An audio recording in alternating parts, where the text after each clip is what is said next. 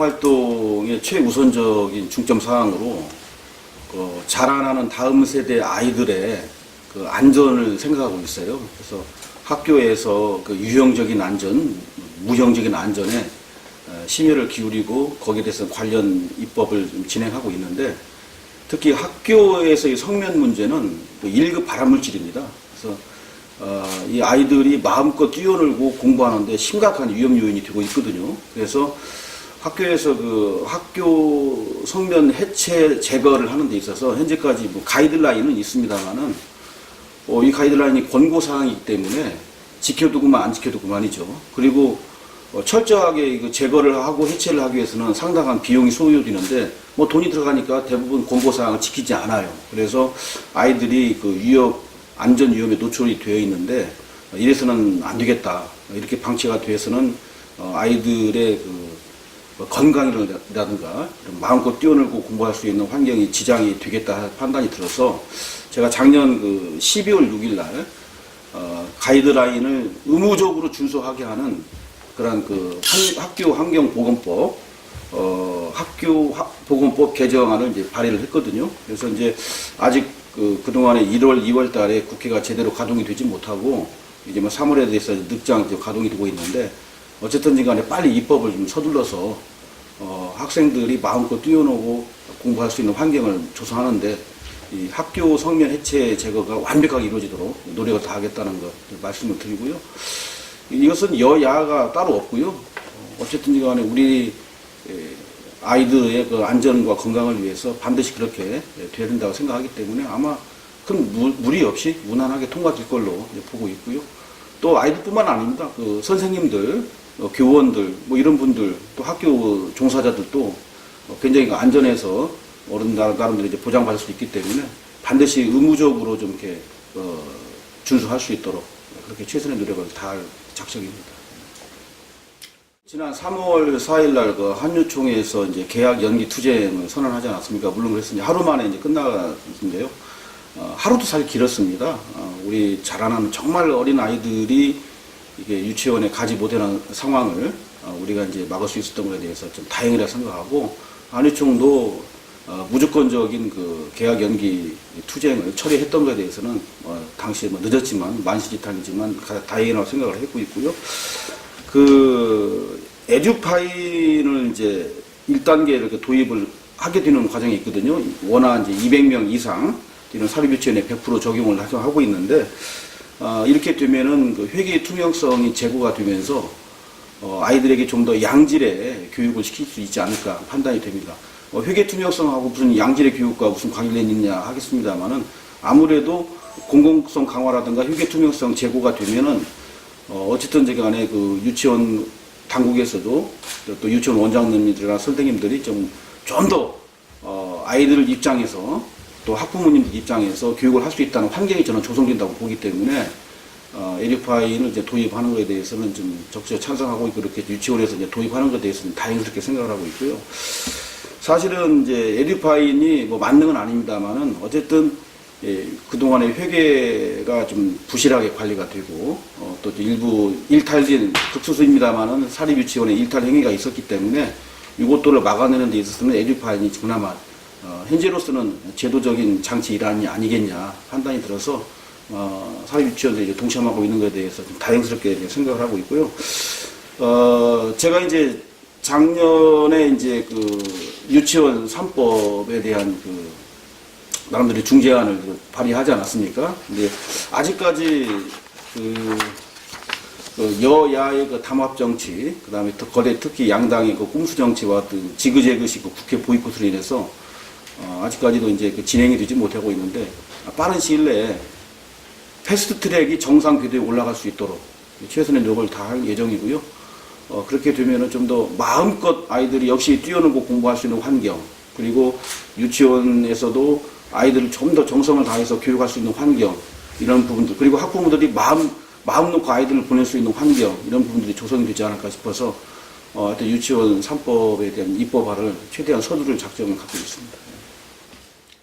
처음에는 많은 국민들께서 연동형 비례대표제가 무엇인지 잘 몰랐어요. 그런데 우리 손학규 당대표께서 단식투쟁을 열흘 정도 하시고 뭐 정의당의 뭐 이정미 대표도 그렇게 하셨고, 그다음에 정동영 대표도 가열찬 투쟁을 하시면서 연동형 비례대표제가 이런 것이구나 것이 국민들이 어느 정도 이제 알게 되셨고 공감대가 형성됐다고 보고 있고요. 가장 중요한 것은 우리 국민들의 소중한 한 표 한 표가 사표가 되지 않고 그것이 그대로 민의에 반영이 되는 선거 제도, 선거 시스템, 이것이 저는 국민들이 진정으로 바라는 선거 개혁이라고 저는 보고 있어요. 정치 개혁이라고 보고 있기 때문에 여야의 셈법이 약간 다르긴 합니다만 결국에는 연동형 비례대표제가 지금 진통을 겪고 있습니다만은 결국에는 도입이 될 것으로 좀 확신을 하고 있고요. 그렇게 되면은 우리나라의 정치 문화가 한 단계 더 성숙해지고 국민들이 모두가 다 참여하는 그런 정말 민주주의의 그 놀라운 발전을 이루지 않을까 생각이 들어서 여야가 좀 당이당약을 제어하고 대승적으로 국민을 바라보는 그런 정치 개혁에 나서줬으면 하는 마음 간절합니다. 우리 이제 바른미래당은 이 공수처가 권력에 편향되지 않고 경도되지 않는 그야말로 중립적인 공수처가 되도록 하는 방법과 그 방책을 민주당에 제안을 했거든요. 민주당도 저희들의 주장에 대해서 크게 내용적으로는 반대하지 않는 걸로 이렇게 기대를 하고 있어요. 그렇게 하고 있는데 아직은 뚜렷한 합의 결과가 나오지 않아서 안타깝게 생각하는데요.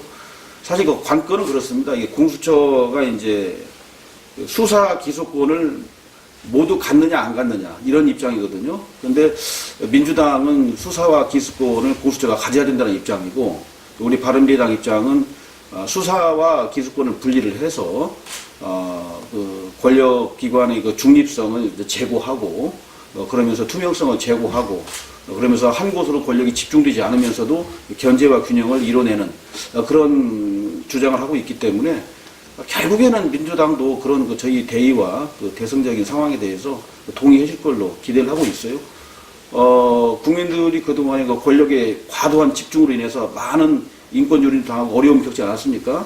이제는 좀 분산을 해서 우리가 이제 진행하게 되면 국민들의 그 권익도 좀 신장이 되고 그러면서 뭐라고 할까요? 보편 타당한 그러한 우리 국민들의 그 인권이 많이 향상될 걸로 기대를 하고 있습니다. 그래서 민주당에서 어쨌든 대승적으로 결정해 주시고 판단해 주셨으면 하는 마음 간절합니다. 어떤 거대 양당의 이 담합이라든가 꼼수, 짬짬이 이것이 여시 윤리특위에서 드러나고 있는데요. 광주 의거를 모독한 세 분의 국회의원들 그리고 국민 정서에 배치되면서 국민적 공분을 일으켰던 일부 의원들의 그 행태가 있지 않습니까? 이 부분에 대해서 우리 국회 윤리특위 또 국회 차원에서 이것을 제어하고 해결하지 못하면 국민들 앞에서 국회는 외면받습니다. 그래서 여야가 따로 있는 일이 아니고요. 그래서 국민들의 바람, 국민들의 요구, 국민들의 정서를 감안해서 속히 이 과정이 좀 진행이 돼야 된다고 보고 그렇게 하면서 그렇게 하는 것이 결국엔 국민들에 대한 도리를 다하는 것 같지 않겠냐 판단이 들고요. 그래서 한국당의 윤리자문위원들의 조속한 복귀를 다시 한번 촉구하고 저희들이 제시한 4월 9일까지 어쨌든지 간에 안을 만들어서 윤리특위에 좀 보고하게 되고 보고하면서 이제 징계심사 소위가 열어서 국민 눈높이에 맞는 합당한 결정을 내렸으면 하는 마음 간절하고요. 한국당 입장에서는 이 국민들의 염원을 마냥 외면할 수 없기 때문에 결국에는 협상 회의의 테이블로 나올 걸로 기대를 하고 있습니다. 부족한 제가 이제 창원 성산 보궐선거의 국회의원 보궐선거에 상임선대 본부장으로 지금 최선을 다해 뛰고 있는데요. 많이 부족합니다만 어쨌든 최선을 다해서 뛰고 있고 저는 상원 선산의 현장에서 선거를 지휘하고 뛰다 보니까 이 일개 국회의원 한 지역의 선거가 아니고 현 정권의 경제 파탄, 경제 도탄에 이르게 하던 여러 가지 무분별한 정책에 대한 심판 선거가 될 수 있겠다는 생각이 들고 있고요.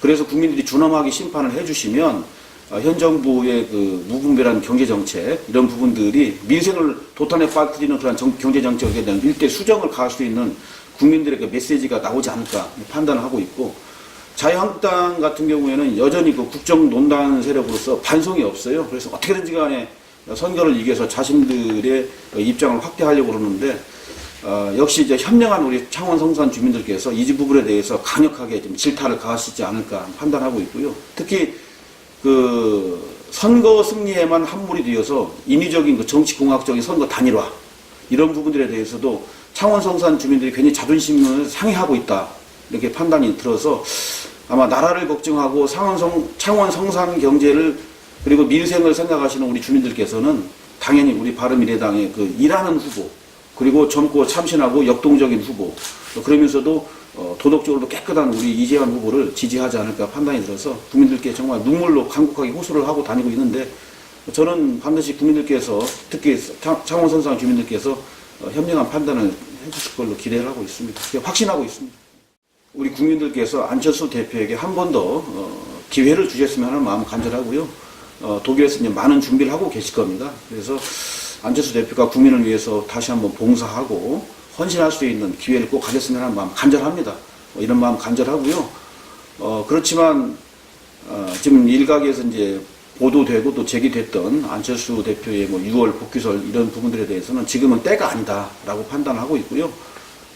저는 국민이 정말 진정으로 원하고 그리고 나름대로 본인이 확실하게 준비가 되었다고 판단이 될 때 물론 그 판단의 그 기준을 뭐 이게 정량평가할 수 있는 게 아니기 때문에 그 어떤 기준점이 있는 건 아닙니다만은 어떤 나름대로 분위기가 성숙됐을 때 돌아오시는 게 타당한 거지 일단 뭐 6월 달이니 이게 몇 월 달이니 해서 재단해가지고 선을 그어놓고 오신다고 하는 거에 대해서는 저는 본인이 그렇게 생각하지도 않으시는 걸로 알고 있고 뭐 일부 뭐 빨리 복귀를 하시길 원하는 분들에게 희망이 아니겠나 생각이 듭니다. 근데 그래서 제가 볼 때는 언젠가는 오셔야겠지만 국민들이 원할 때 본인이 나름대로 철저하게 준비가 되었다고 판단이 될 때 그럴 때 오시는 것이 합당하지 않을까 생각이 들고요.